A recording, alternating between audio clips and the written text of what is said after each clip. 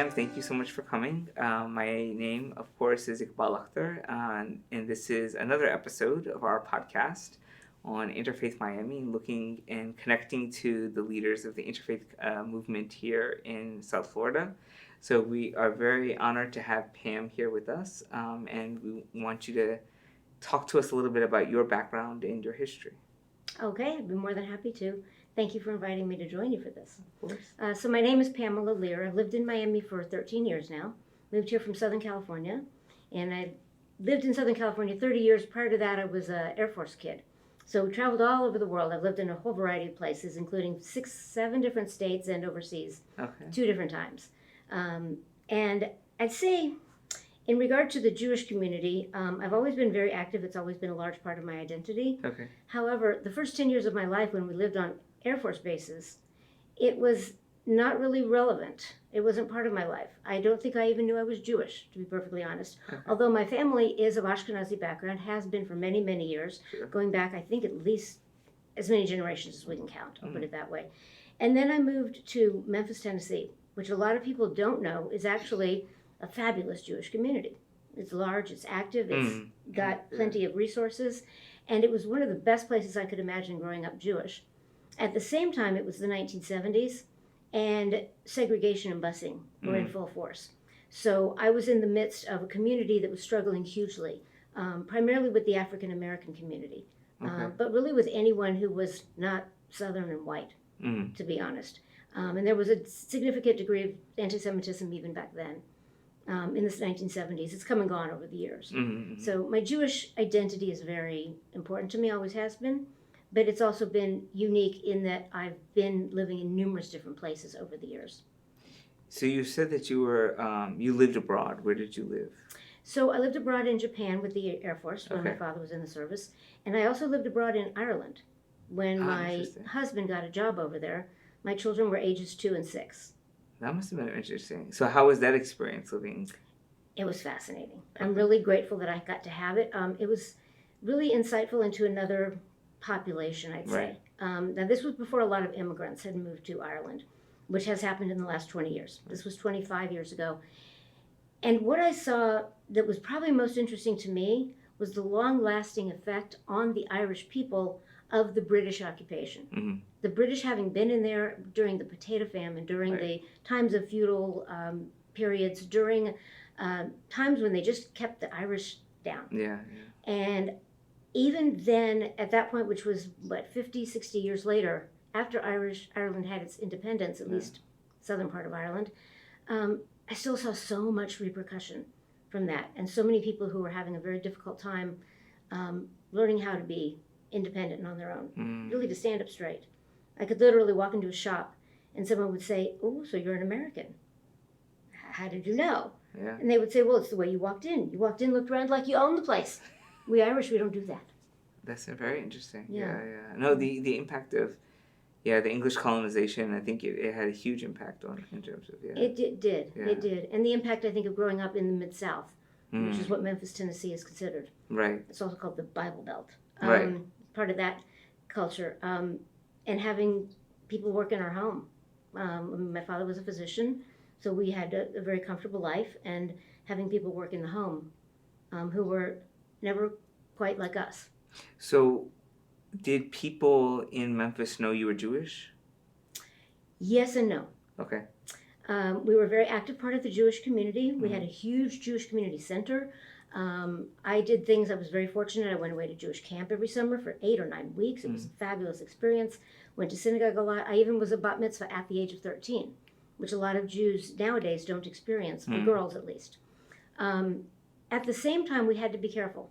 My mother was a radio broadcaster, and she had a talk show on air every afternoon for a number of years. And she didn't use my father's last name when she was on air because, number one, he was a known physician, and number two, it was a Jewish name. So what is the name was Rosen, R-O-S-E-N. Rosen, okay. Which he had actually shortened from Rosenzweig, which was the German name his family had been given. His parents were still Rosenzweigs, but he had shortened it because, as he said, the nurses can't pronounce it, no one can spell it. But it was also part of assimilating into America. So my mother used her actually first name and middle name, Sherry Lee, Mm. when she was on the radio. And she interviewed people who of all different faiths, colors, backgrounds, etc. She even interviewed, I forget his name at the moment, but the fellow who led the Ku Klux Klan for years. Yeah, right. She interviewed all kinds of celebrities. Wow. But there were also a lot of, she also worked as a journalist. And so she got to know people in difficult situations who were being kept down, kept in their place, so to speak, because of culture or religion. And I know that she fought for some of them, and she stood up for the rights of various people. And I know this from newspaper articles because I was a teenager and I didn't care. To be honest, I learned more about my mother after she passed away. Oh, wow. Than I really knew when she was alive. Okay. Yeah. So yeah, I mean, it's very interesting because I think like being in the South, you're kind of, there's this point, like you're both Jewish and also seen as white, I think, right? Correct. By Always many felt of the white. Black people, right? Always felt that way. Yeah. And so you're kind of like in between these sorts of identities. I wasn't impacted directly by anti-Semitism, Okay. with a few exceptions. Stories for things like I did because of the busing and all of that. My parents did send me to a very small elite private school. Mm. But we had a lot of different people there, and I'll never forget things like people tossing out coins on the floor, saying, "Let's watch the Jews go pick up the coins," Wow. because there was this reputation Right. that the Jewish people were scrambling for money. Right. I had a job at one point with a boss who was a Methodist preacher, I think, but we were in a business circumstance. We were on our way to meet a client, and we're in the car, and he's strategizing how to deal with the client, and he says, "We got to Jew them down." Wow. And I did have to, I'm pretty forward, so I did say, I find that very offensive, and we need to talk about why that kind of language is not okay. Mm. So the encounters I've had have been difficult, but they didn't affect me personally in terms of who I am and what I'm able to be doing. So at what point did your sense of like Jewish identity and Jewish consciousness come to the fore? Was there an event in your life that you can say, okay, well, this is really when, yeah. So when we moved to Memphis, Tennessee, my father, again, I was 11 years old, my father and mother decided that it was time to join the Jewish community, which they'd always been a part of growing up. And one year we went to the Yom Kippur service, which is the highest holiday of the year. It's a day when you fast. It's a day when you're really asking for forgiveness for all of the things Like you a may day have of done wrong. atonement. Right? A day of atonement, Right. exactly. And a day when they open the gates or close the gates on whatever your life will be this next year. So we're sitting in the synagogue. My father and I went by ourselves for some reason. And about midway through the service, he turns to me and he says, "You want to get out of here?" I've been in Hebrew school. I'm learning from my bat mitzvah. I'm 12 or 13 years old at this point. And I said, "Well, what do you mean?" He says, let's go get something to eat." And I'm very, what's the word? I'm very inculcated at this point in what I'm learning in Hebrew school. And my dad's saying, "Let's get out of here." Mm. So we got up and left. And what do you do? And we went over to one of those hibachi restaurants, and we ordered shrimp and steak and all of these things. Shrimp is not a Jewish food. It's not kosher. You don't eat on Yom Kippur. You don't do all of these things. And here my dad is breaking all the rules. And sending me to Hebrew school at the same time to say, you need to learn how to be Jewish. So I felt a real disconnect there. Mm-hmm. And I feel like that was a time when I had to make a decision. Is this really my thing? Is this who I am? Mm-hmm. Or is this not who I am? Mm-hmm. And I really believe it was at that age that I decided, this matters to me. This sense of religion, of spirituality, of community, of faith is something that matters to me a lot. And it was right at that point I made that decision. Okay. And my parents continued to support me in that decision. Right. But it wasn't the way they chose to go. Sure. And we see that with families. People go this way, Right. people go Exactly. that way. That's right. Yeah. And it is a choice. For me, it was a choice to be a part of the Jewish community. Okay. Wow, that's amazing. Mm. So then you also got married. Mm-hmm. Talk to us a little bit of kind of, from your youth and then kind of how your relationship to Judaism changed as you got older. Okay. So I went off to college in California from Tennessee when I was 17. And I met my husband almost immediately. My husband is not Jewish. This month we're celebrating our 41st anniversary. Wow. Yeah. Congratulations. Thank you. And we have 2 children.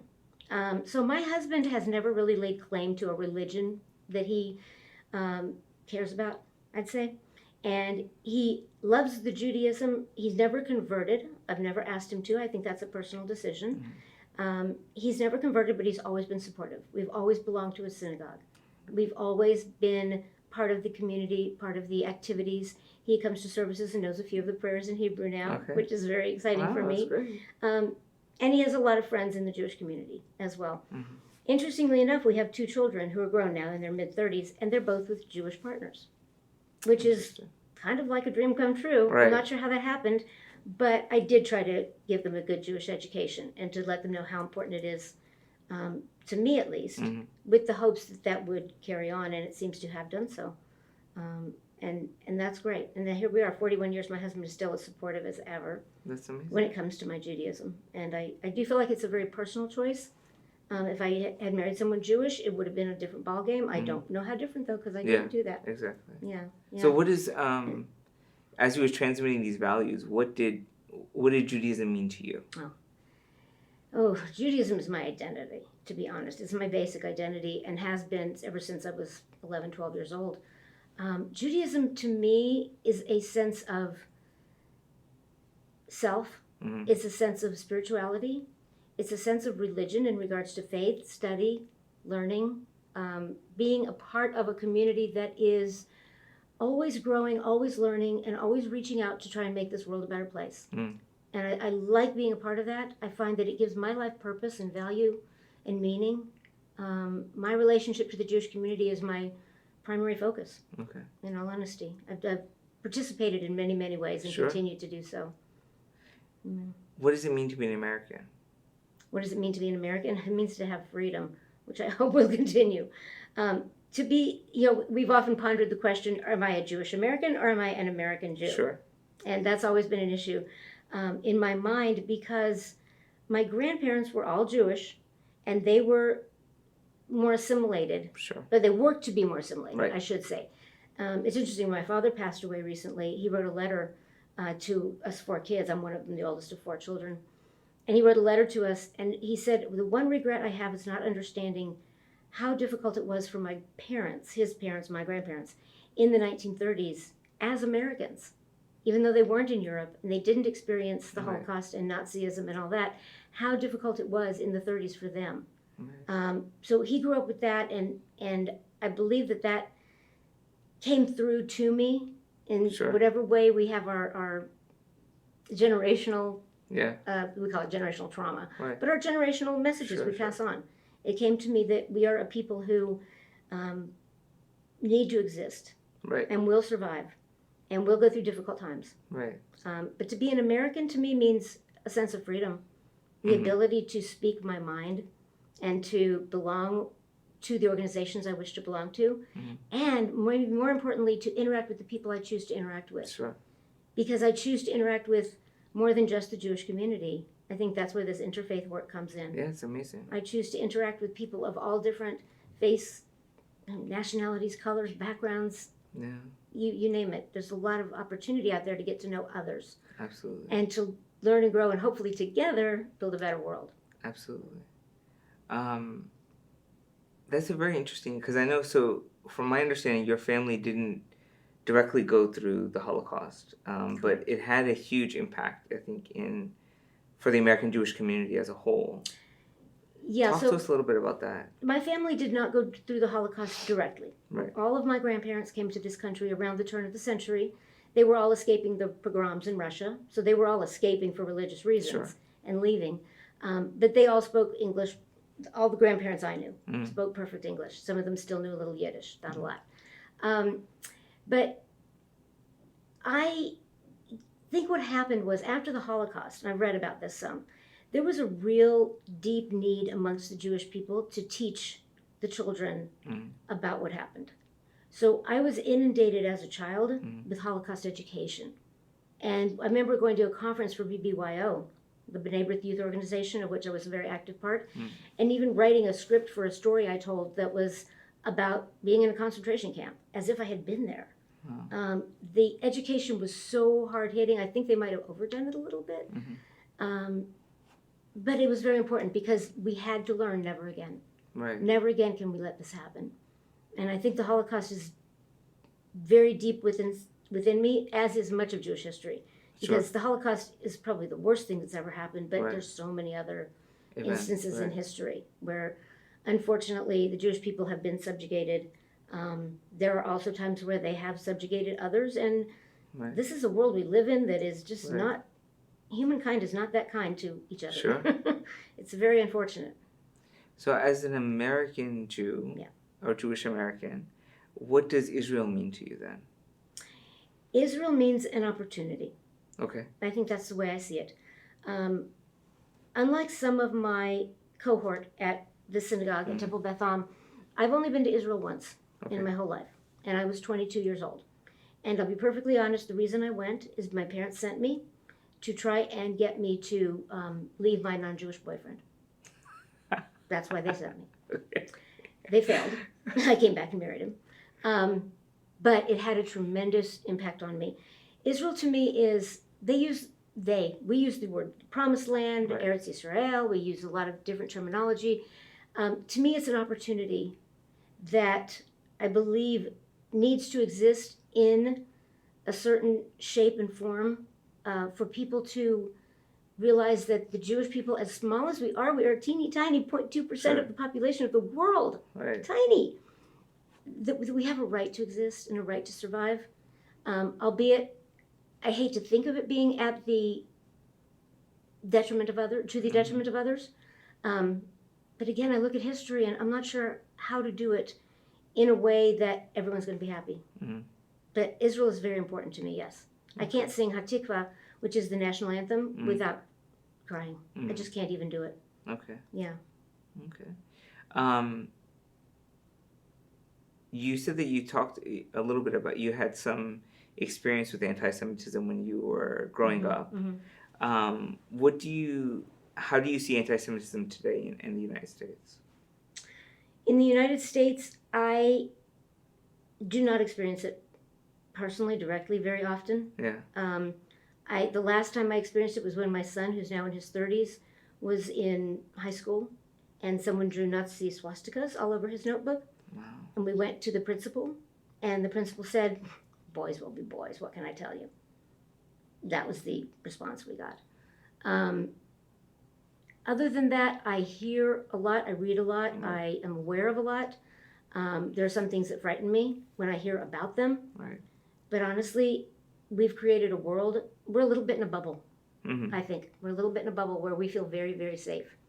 And I think we as Jewish people need to get out of that bubble more often, and we need to be really brutally honest about what we see in the world and what we want to make happen in the world. And it's very hard for a lot of people to be that honest and that blunt. But I feel as if we don't have a choice. We are human beings. We are normal people like anyone else. We may have a slightly different perspective, but doesn't everyone have, depending on where they grew up, what they learned, how they were educated, what they've experienced?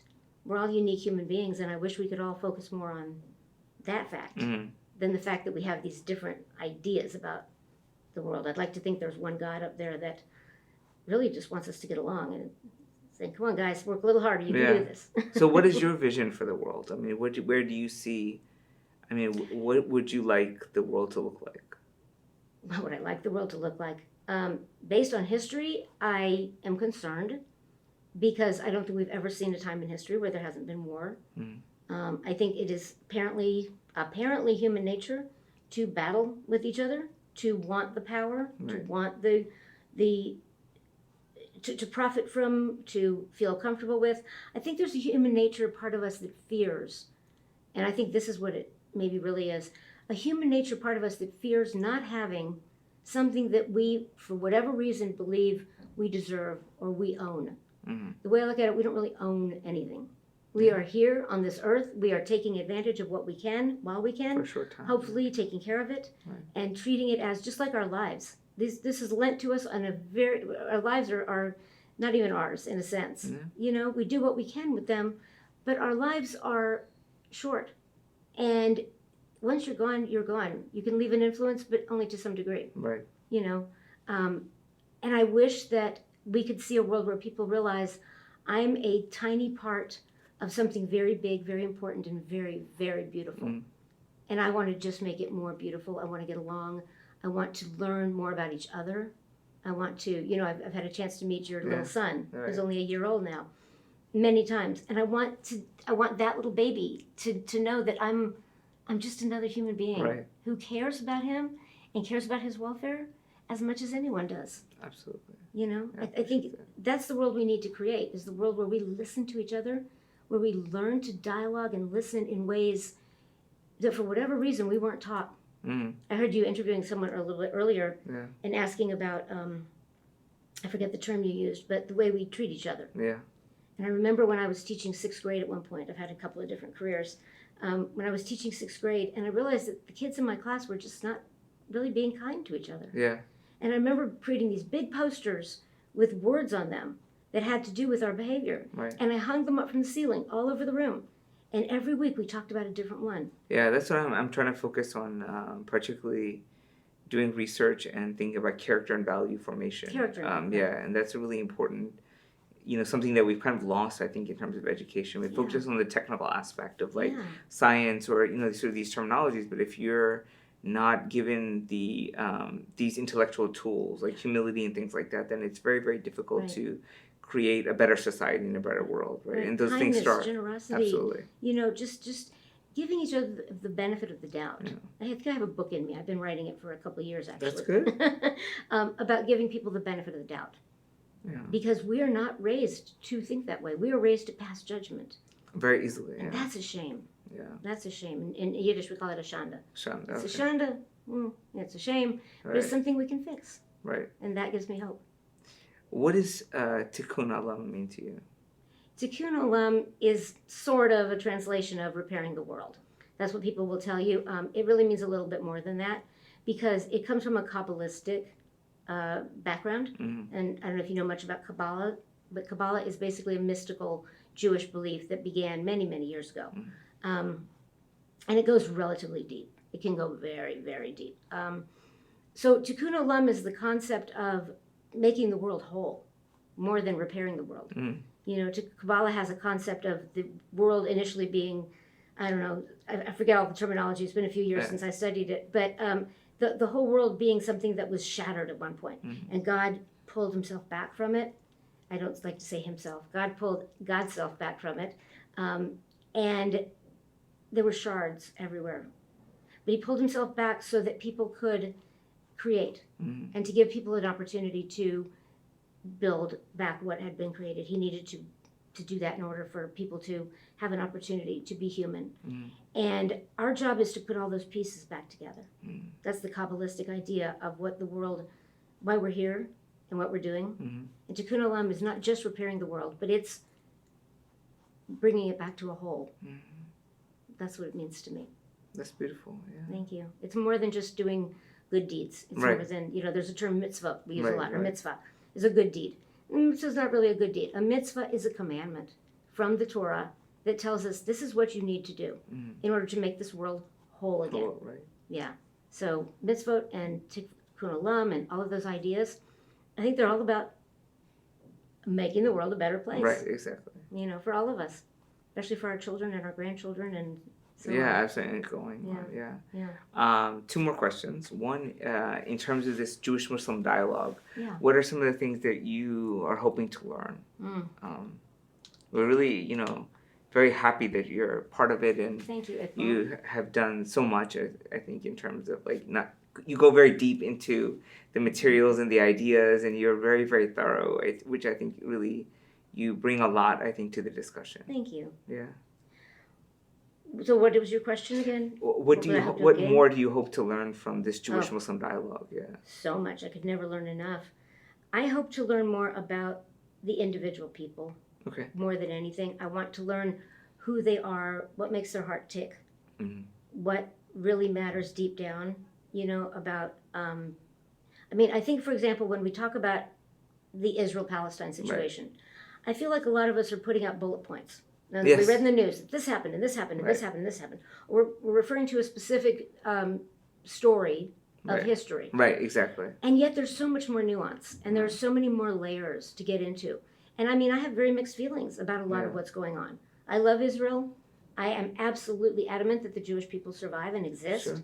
at the same time, there are a lot of layers to this because we're all human. Of course, yeah. You know, and I feel like I could argue a number of different sides of it. Absolutely. So what I hope to gain from it, or what I hope will happen, is just more humanity, more ability to listen, more ability to say, oh, if I knew that you were from here and you had experienced that and you had gone through this, now I see you more as a human being rather than someone who's telling me the history all over again because I've heard it all. Right, exactly. Yeah. We know all the bullet points.